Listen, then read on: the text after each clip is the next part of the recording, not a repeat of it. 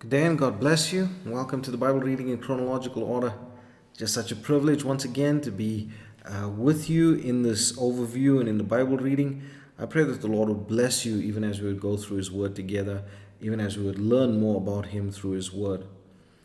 Today we're still busy in the book of Judges, and as we've seen in the book of Judges thus far, very graphic, very gruesome, and a very descriptive book. So it doesn't help me spending too much time in the overview because the chapters itself are very descriptive and quite easy to understand. But we're going to be going through chapters 6 and 7 today. So let's get straight into it and let's see what the Lord has in store for us today. So we see that again the children of Israel did evil in the sight of the Lord. And the Lord delivered them up into the hands of the Midianites for 7 years. Now, this is very important. When we're looking at it, and especially when dealing with 6 and 7, dealing with the life of Gideon, there's going to be some imagery in there, which is very important for us to understand. But the 7 years, we know that 7 is quite an important number, so keep that in the back of your mind, even as you go through this passage.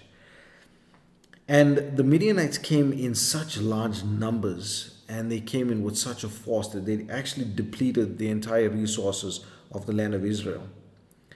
And so an angel of the Lord visits Gideon as he threshed wheat in the winepress. Now this is very strange. Why would you thresh wheat in a winepress? Now it says that he didn't want to be seen of the Midianites, yes, but there is something rather important when we look at it. Wheat, when we understand wheat and we think about the Israelites in that regard, what do we think about? We think about bread. I don't think it's just the Israelites when we think about wheat and bread. You know, when we think about wheat, we often think about bread or cake. And then when we think about the winepress, we're thinking about wine. So where does the angel of the Lord meet Gideon? He meets him at the bread and the wine. Very nice, very interesting and very important when you look at it. Because Gideon is one of those characters that we often misrepresent and we say, oh, he was a weakling, oh, he was a coward, oh, he was this and that. And when we look at it and we look at the life and his reaction to the word of the Lord, Gideon still acted on the word of the Lord. And I think that is there's something to be said of that. Yes, he was a little bit scared. You can see his apprehension in a lot of it. But he acted upon the word of the Lord. And that is much more than we can say for our own lives. Because how many times do we know that the Lord is telling us to do something and yet we are too afraid to act on the word of the Lord? And this is so important. And the Lord, when the Lord visits him at the winepress threshing wheat, the Lord says, "O mighty man of valor." And Gideon is not feeling like a man of valor at this point. And he's quite depleted actually, and he says, "Oh, how do you know that the Lord is for us if we are under the trap of the Midianites?" And yet we're going to see now that Gideon was trapped in a bit of two worlds in his father's house here. But it was just so important when we understand that. When we look at the life of Gideon and we think about the apprehension and all of these things, take it back to our own lives. He was a lot braver than we are. He was a lot more active upon the word than we are. And the Lord met with him and the Lord blessed him and the Lord led Israel through him. And the Lord is giving us the same opportunity if we are ready to act upon his word. And the Lord meets him there with the bread and the wine. The Lord meets us with his body and his blood as well to take hold of the promises of God and go into spiritual warfare. And that's so important. But then we see that Gideon is appointed as the sixth judge of Israel to deliver them from the hands of the Midianites. And Gideon is commanded to, and he does destroy his father's and the town's altar to Baal. Now, so strange that they were Israelites. What in the world were they doing with the idols of Baal in their town? And not just in their town, but in Gideon's own house. It was his father's idol. But then his father Joash states that Baal must avenge himself. He knew that it was Gideon that brought down these idols. And he says, no, if Baal is God, let him avenge himself. And so then we see that, and it's quite descriptive, quite beautiful. Please go through it with much meditation. But then we see that Gideon lays his fleece before the Lord. When we have this, we always use that term. We use it very flippantly in some cases. Or we'll lay our fleece before the Lord. What is that talking about? Well, it's explained in detail here. Gideon lays his fleece out and he asks the Lord, if it's your will, then let the fleece be dry, let the grass have dew. Lays his fleece out again, and we see that he asks then that the Lord would show him a sign for what he needs to do. That's chapter 6 basically in a nutshell. Then we get to chapter 7, and in chapter 7 we see that the Lord gives Gideon a very interesting way to choose the army that he would lead into battle against Midian. And it's very beautiful in the way that he does it. Just please take some time as you go through it. Then the Lord tells Gideon to take his servant and go down and spy on the Midianites if he is scared of going into battle against them. And there he receives confirmation that the Midianites will be delivered into his hands through a dream that one of the Midianites have, and is interpreted by another Midianite. And so that gives Gideon the confidence. So beautiful. Just take time there. And then we see that Gideon has victory over the Midianites through blowing of the trumpet, breaking the pictures while holding the lamps in their hands, and the shout. Now, if this doesn't sound familiar to you now, don't worry, we will get to it. But the deliverance came through the voice, through the trumpet, through the shout, and by holding the lamps and breaking the pictures. Now that is something so beautiful. When we get to it, we're gonna look at it in much detail at a later stage once we get to it in the New Testament. But then we see that they didn't even have to draw the sword, really. When they did this, the armies of Midian turned in upon themselves and they killed each other, and then the Israelites pursued them. And that's basically chapter 7 in a nutshell. So I pray that the Lord will bless you and keep you. May his face shine upon you. May he give you peace. I pray that you will enjoy the reading today. God bless you. Chapter 6. And the children of Israel did evil in the sight of the Lord, and the Lord delivered them into the hand of Midian 7 years. And the hand of Midian prevailed against Israel, and because of the Midianites the children of Israel made them the dens which are in the mountains, and caves, and strongholds. And so it was, when Israel had sown, that the Midianites came up, and the Amalekites, and the children of the east, even they came up against them, and they encamped against them, and destroyed the increase of the earth, till thou come unto Gaza, and left no sustenance for Israel, neither sheep, nor ox, nor ass. For they came up with their cattle and their tents, and they came as grasshoppers for multitude. For both they and their camels were without number, and they entered into the land to destroy it. And Israel was greatly impoverished because of the Midianites, and the children of Israel cried unto the Lord. And it came to pass, when the children of Israel cried unto the Lord because of the Midianites, that the Lord sent a prophet unto the children of Israel, which said unto them, Thus saith the Lord God of Israel, I brought you up from Egypt, and brought you forth out of the house of bondage, and I delivered you out of the hand of the Egyptians, and out of the hand of all that oppressed you, and drave them out from before you, and gave you their land. And I said unto you, I am the Lord your God. Fear not the gods of the Amorites, in whose land ye dwell. But ye have not obeyed my voice. And there came an angel of the Lord, and sat under an oak which was in Ophrah, that pertained unto Joash the Abiezrite. And his son Gideon threshed wheat by the winepress, to hide it from the Midianites. And the angel of the Lord appeared unto him, and said unto him, The Lord is with thee, thou mighty man of valor. And Gideon said unto him, O my Lord, if the Lord be with us, why then is all this befallen us? And where be all his miracles, which our fathers told us of, saying, Did not the Lord bring us up from Egypt? But now the Lord hath forsaken us, and delivered us into the hands of the Midianites. And the Lord looked upon him, and said, Go in this thy might, and thou shalt save Israel from the hand of the Midianites. Have not I sent thee? And he said unto him, O my Lord, wherewith shall I save Israel? Behold, my family is poor in Manasseh, and I am the least in my father's house. And the Lord said unto him, Surely I will be with thee, and thou shalt smite the Midianites as one man. And he said unto him, If now I have found grace in thy sight, then show me a sign that thou talkest with me. Depart not hence, I pray thee, until I come unto thee, and bring forth my present, and set it before thee. And he said, I will tarry until thou come again. And Gideon went in, and made ready a kid, and unleavened cakes of an ephah of flour. The flesh he put in a basket, And he put the broth in a pot, and brought it out unto him under the oak, and presented it. And the angel of God said unto him, Take the flesh and the unleavened cakes, and lay them upon this rock, and pour out the broth. And he did so.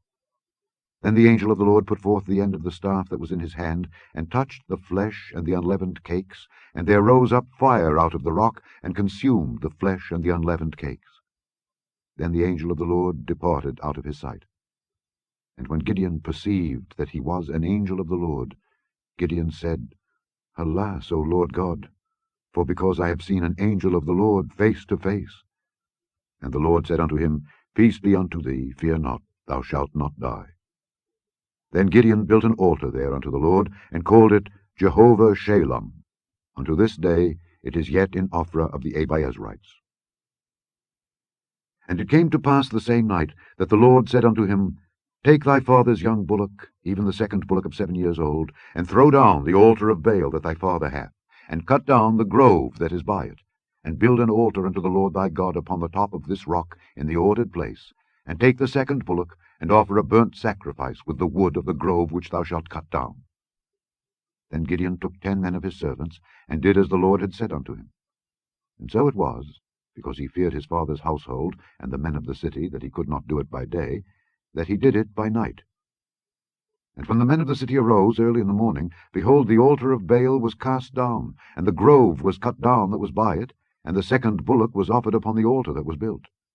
And they said one to another, Who hath done this thing? And when they inquired and asked, they said, Gideon the son of Joash hath done this thing. Then the men of the city said unto Joash, Bring out thy son that he may die, because he hath cast down the altar of Baal, and because he hath cut down the grove that was by it.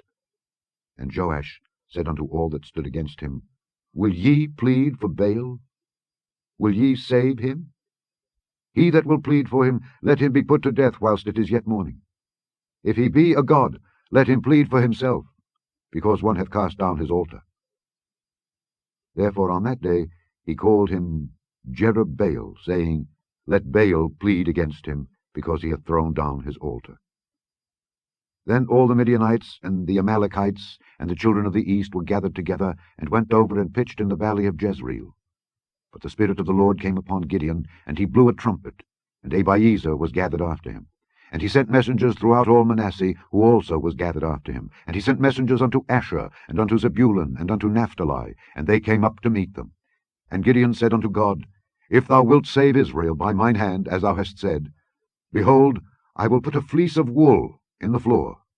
And if the dew be on the fleece only, and it be dry upon all the earth beside, then shall I know that thou wilt save Israel by mine hand, as thou hast said. And it was so.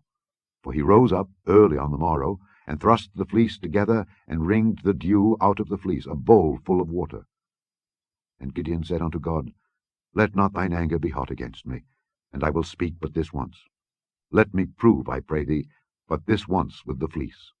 Let it now be dry only upon the fleece, and upon all the ground let there be dew. And God did so that night, for it was dry upon the fleece only, and there was dew on all the ground. Chapter 7. Then Jerubbaal, who is Gideon, and all the people that were with him, rose up early, and pitched beside the well of Herod, so that the host of the Midianites were on the north side of them, by the hill of Moreh, in the valley. And the Lord said unto Gideon, The people that are with thee are too many for me to give the Midianites into their hands, lest Israel vaunt themselves against me, saying, Mine own hand hath saved me. Now therefore go to, proclaim in the ears of the people, saying, Whosoever is fearful and afraid, let him return and depart early from Mount Gilead. And there returned of the people 22,000, and there remained 10,000. And the Lord said unto Gideon, The people are yet too many. Bring them down unto the water, and I will try them for thee there. And it shall be that of whom I say unto thee, This shall go with thee, the same shall go with thee. And of whomsoever I say unto thee, This shall not go with thee, the same shall not go.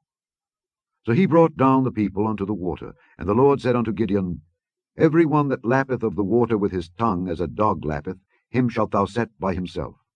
Likewise every one that boweth down upon his knees to drink. And the number of them that lapped, putting their hand to their mouth, were 300 men. But all the rest of the people bowed down upon their knees to drink water. And the Lord said unto Gideon, By the 300 men that lapped will I save you, and deliver the Midianites into thine hand, and let all the other people go every man unto his place. So the people took victuals in their hand, and their trumpets, and he sent all the rest of Israel every man unto his tent, and retained those 300 men. And the host of Midian was beneath him in the valley. And it came to pass the same night that the Lord said unto him, Arise, get thee down unto the host, for I have delivered it into thine hand. But if thou fear to go down, go thou with Phurah thy servant down to the host, and thou shalt hear what they say. And afterward shall thine hands be strengthened to go down unto the host. Then went he down with Phurah his servant unto the outside of the armed men that were in the host. And the Midianites and the Amalekites and all the children of the east lay along in the valley like grasshoppers for multitude, and their camels were without number as the sand by the seaside for multitude. And when Gideon was come, behold, there was a man that told a dream unto his fellow, and said, Behold, I dreamed a dream, and lo, a cake of barley bread tumbled into the host of Midian, and came unto a tent, and smote it that it fell, and overturned it that the tent lay along. And his fellow answered and said, This is nothing else save the sword of Gideon the son of Joash, a man of Israel, for into his hand hath God delivered Midian and all the host. And it was so, when Gideon heard the telling of the dream and the interpretation thereof, that he worshipped, and returned into the host of Israel, and said, Arise, for the Lord hath delivered into your hand the host of Midian. And he divided the 300 men into 3 companies, and he put a trumpet in every man's hand, with empty pitchers, and lamps within the pitchers. And he said unto them, Look on me, and do likewise. And behold, when I come to the outside of the camp, it shall be that as I do, so shall ye do. When I blow with the trumpet, I and all that are with me, then blow ye the trumpets also on every side of all the camp, and say, The sword of the Lord and of Gideon. So Gideon and the 100 men that were with him came unto the outside of the camp in the beginning of the middle watch, and they had but newly set the watch. And they blew the trumpets, and brake the pitchers that were in their hands. And the 3 companies blew the trumpets, and brake the pitchers, and held the lamps in their left hands, and the trumpets in their right hands, to blow withal. And they cried, The sword of the Lord and of Gideon. And they stood every man in his place round about the camp, and all the host ran, and cried, and fled. And the 300 blew the trumpets, and the Lord set every man's sword against his fellow, even throughout all the host. And the host fled to Bethshittah in Zererath, and to the border of Abel-Meholah unto Tabbath. And the men of Israel gathered themselves together out of Naphtali, and out of Asher, and out of Manasseh, and pursued after the Midianites. And Gideon sent messengers throughout all Mount Ephraim, saying, Come down against the Midianites, and take before them the waters unto Bethbara and Jordan. Then all the men of Ephraim gathered themselves together, and took the waters unto Bethbara and Jordan. And they took 2 princes of the Midianites, Oreb and Zeb. And they slew Oreb upon the rock Oreb, and Zeb they slew at the winepress of Zeb, and pursued Midian, and brought the heads of Oreb and Zeb to Gideon on the other side Jordan.